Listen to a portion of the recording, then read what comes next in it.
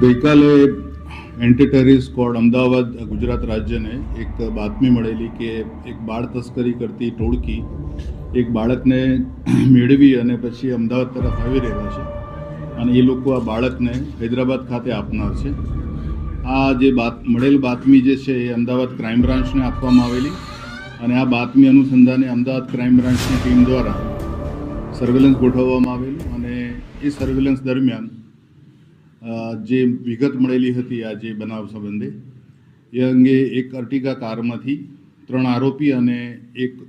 15 દિવસના બાળકનું એને એક બચાવવામાં આવેલા છે. આ જે આખી ઘટના જે છે એ પ્રકારે આ જે 3 આરોપી પકડાયેલા છે,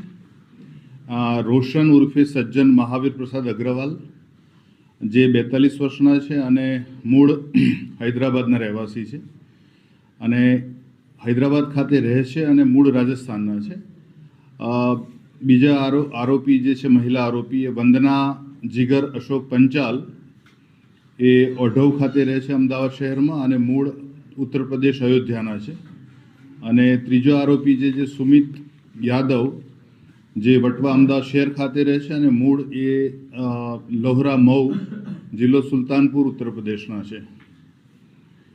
આ જે 3 આરોપી પકડાયેલા છે એ 3 આરોપીઓએ એક યુનુસ નામની વ્યક્તિ જે છે, જે ઈડર દાંતા રોડ જે છે,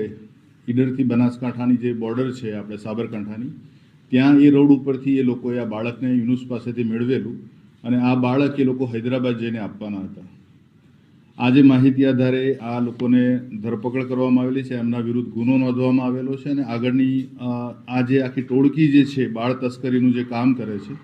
એમાં આના અલગ અલગ પાસા જે છે કે આ બાળકને જન્મ આપનાર માતા, આ બાળકને આરોપીઓ સુધી પહોંચાડવા માટેની વચ્ચેની કડી વગેરે ઘણી બધી બાબતોની તપાસ હાથ ધરાઈ રહેલી છે. આ જે હાલ જે પકડાયેલા છે આરોપી 3, એ પૈકી વંદના અને રોશન